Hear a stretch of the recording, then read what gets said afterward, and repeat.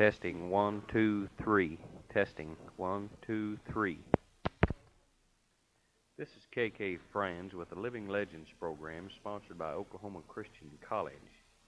The date is 24 January 1970, and we're recording at the Oklahoma Sheridan in Oklahoma City, Oklahoma. Today we're interviewing Mr. O.B. Campbell, who lives in Bonita, Oklahoma. Mr. Campbell, you've had a long, illustrious career in journalism, several other fields of endeavor. Could you tell us a little bit about your parentage, where you were born and reared, a little bit about your schooling? Yes, I was born in 1905 at Clinton, Oklahoma. My father had made the run into Custer County in April 1892 and had settled on a homestead west of Clinton. In October of that year, he returned to Texas, married my mother, and they moved back to the homestead where they lived until they moved to Weatherford, later to Arapahoe, and then to Clinton, where I was born in 1905. I attended the grade schools at Clinton and part of my high school there, leaving in 1919 when we moved to Norman, where next year I was going to attend the University of Oklahoma. I had two sisters that were also getting ready to enter the university and shortly, and so when my first sister graduated, oldest sister graduated in 1919, we moved to Norman, and then we all three attended and graduated from the University of Oklahoma. Mr. Campbell, can you tell us how you became interested in journalism and the jobs you held in your career, and tell us a little bit about how you became interested in journalism and where that career has led you? Well, this is a rather interesting thing. I didn't know for several years, in fact many years, even after I'd finished university, that my dad had been in the newspaper business at Weatherford, Oklahoma, but it was rather by a roundabout circuit. He was in a hardware business in Weatherford, and at about the age of about 29 or 30, he located some horses that had been stolen from some Weatherford people down in Texas. And so some of his Democratic friends asked him to run for sheriff, which he did. And this was about 1902, about 3 or 4 years before I was born. And some of the county officers established a newspaper called the Weatherford Democrat. Then later, I think each one of my recollections right, put in about $100 and to start the newspaper, which couldn't, of course, be done now. He later bought these other newspapers, these other county officers' shares in the paper, and I recall that in giving a history of Weatherford's newspaper that exists now, Jimmy Craddock listed the first owner as J.L. Campbell, who was my father. But actually, he knew nothing about the newspaper business, and more or less was the owner, and it was operated by Henry Dray. Well, as I said, I didn't know anything about this for years later. But I moved to Norman. When we moved to Norman, I became interested in newspaper work in rather an odd way. One of my high school friends was Harold Belknap. Even after I enrolled in the university, I wasn't sure what I wanted to take. I signed up to major in economics and minor in government, and I was continuing to run around with Harold Belknap, who was a year, I believe maybe a year behind me in school. I had finished my high school work when I was 14, so you can imagine that I really was floundering as to what career I wanted to follow. Well, in associating with Harold, who was working on the Norman transcript. First he was a carrier boy, and then he was doing a little bit of other work when later on when I was in university. He was, I think his last year in high school, he was handling the mail for the Norman transcript in the mail room. He was also doing a little bit of advertising. So in associating with Harold on Sunday afternoons down at the Norman transcript, I would help him frequently with laying out the ads. One thing I could do was letter very well. And so one day Harold said to me, I think it was in the summer before I was a junior, Harold said, why don't you take journalism, and take advertising? He says, you do this as well as I do. And so I said, well, I just might do that. So as a result, when I was a junior in university, I decided to major in journalism and finished in 1924. While in the university, I was a charter member of Alpha Delta Sigma, which is an advertising fraternity that still exists there. While I seemed to major and do more work in advertising, I really like to write. I never had particularly written before, but I like the news side really better than I did the advertising side.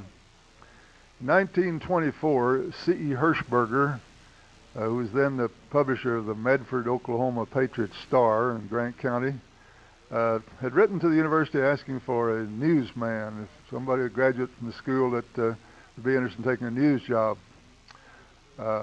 Mr. Herbert, the head of the college journalism, turned the letter over to me, and I got in touch with Mr. Hirschberger. And in June of that year, I went up to Medford, Oklahoma, town of about 900 then, and took this job as newsman on the Medford Patriot Star. It was there that I learned the practical side of the newspaper business. Of course, at the university at that time, there wasn't enough journalism offered to major in it. You could get a minor, but there was no major offered. And your practical experience was pretty nil. You might get some practical experience on news writing on the Oklahoma Daily, the college newspaper. But as far as actual experience from the standpoint of plant operation, you just didn't get any. And so when I took this job with Mr. Hirschberger in 1924, I started an education all over again as far as the practical knowledge of newspapering was concerned. I stayed there until 1929, and during that period, I worked in the back shop. I did everything that I could find to do to try to learn more about the newspaper. An old printer there was a great help to me, a fellow named Clark Wood, who worked there for years and later worked at Kingfisher, Oklahoma, on the Kingfisher Press. Clark was from the old school as far as printers was concerned, and the thing that I remember most about him were the many adages that he had as guides in what he did. For example, once in a while I would be cutting stock, and he would say, now, O.B., always measure twice because you can't cut but once. And then he used to tell me about, he said he always, his mother told him to always aim high because he'd probably shoot low anyway. I think later on, the Kingfisher Press published a little booklet on all these sayings of Clark Wood, and there were many of them. Well, in 1927, the Hirschberger incorporated the paper, and I acquired a small interest in it. Also that same year, we won the front page contest. They offered a cup each year for the outstanding newspaper front page, and as just a forerunner of our Oklahoma State Fair newspaper contest now. We won the contest that year with this weekly newspaper, and it received quite a bit of recognition, and quite a few people wanted to buy the newspaper. So in 1929, we sold the newspaper, and uh, I went to work on a little paper. In fact, I helped some other men. We moved the newspaper down from Manchester, Oklahoma, which is also in that county, to Medford, and we started the Grant County Journal. Later, I had an interest also in this paper. Later, Hirschberger rebought both the Patriot Star and the Journal and began the publication of them. I still kept an interest in this in the weeklies, but I left to go to Perry, Oklahoma, when the December of 1929, where I went to work on the Perry Daily Journal as the news editor. I stayed there until 1932, when I was married to a Perry girl, a Perry school teacher, and named Mary Lee Woolard, and we returned to Medford because of my interest there. They were having a little difficulty with the paper, and so we decided we better go back to protect our interest. Well, we stayed there until 1935, when we moved to Veneta, Oklahoma. I went to work first as assistant manager and newsman on the Veneta Journal. Veneta Journal was one of about, I think, 7 or 8 newspapers owned by the East Oklahoma Publishing Company. It was a chain owned by a man named I.H. Neckdeman out of Fort Smith, Arkansas. Neckdeman had bought these papers largely for the purpose of fighting the AT&T and the Southwestern Bell telephone company. He had a independent telephone company in eastern Oklahoma, also I believe extended over into Arkansas. He had a great deal of difficulty trying to make any connections on long distance with the Southwestern Bell, and so he launched this campaign against them. He was instrumental largely in getting the FCC created in Washington, and his friend Paul Walker, one of the first members of the FCC board. He would write editorials and send to each one of these newspapers on these attacks on the Southwestern Bell. Among these newspapers were those at Tahlequah, Stigler, Salisal, Bayan, Veneta. Seems like there's 2 or 3 more that I can't recall. Small town, and Poto was one, and they carried on this campaign for years until Mr. Neckdeman died, and papers then later were on the market to be sold. The L.W. Hightower, who I had employed, well, first I better say though that in 1937, 2 years after I was there, the manager resigned, and I was appointed manager of the paper. In 1938, L.W. Hightower, whom I had employed from Frederick, Oklahoma, as a inline type operator, excellent printer, and I went together and leased the Veneta Daily Journal with an option to buy it. In 1939, we struggled around and finally got financed, and at the end of that year, and bought the paper and continued the ownership of it, operation of it, until 1963, when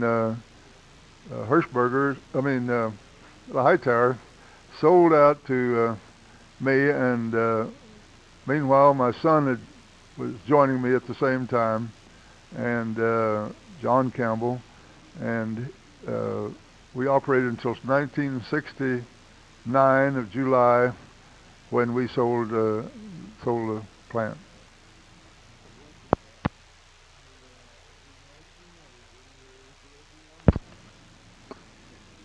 Mr. Campbell, you've seen a lot of changes in the newspaper business over the period of years. Can you tell us something about the mechanical development of the newspaper as you have experienced it? Yes, there's been tremendous changes in the newspaper business, and both mechanically and problems, operations, and so forth. I would say probably the greatest impact on the newspapers in the period of 45 years that I was in the newspaper business was the entry of the radio into the communications field, later the television. When I went to Medford in 1924, we were getting out 12 to 16 pages a week on that weekly newspaper, and because national advertising was one of the greatest parts of our volume. And then when radio came in, and your automobile ads, cigarette ads, and all these other ads went to radio, it was a great impact on the advertising volume of the newspaper. Through the years, many newspapers operated with pretty much the same mechanical equipment. It wasn't until just a few years ago that offset printing came in and made it possible to publish an entirely different kind of newspaper. But I don't believe that while the mechanical side has been greatly changed, I don't believe that it has made the changes that ordinary operations are concerned. For example,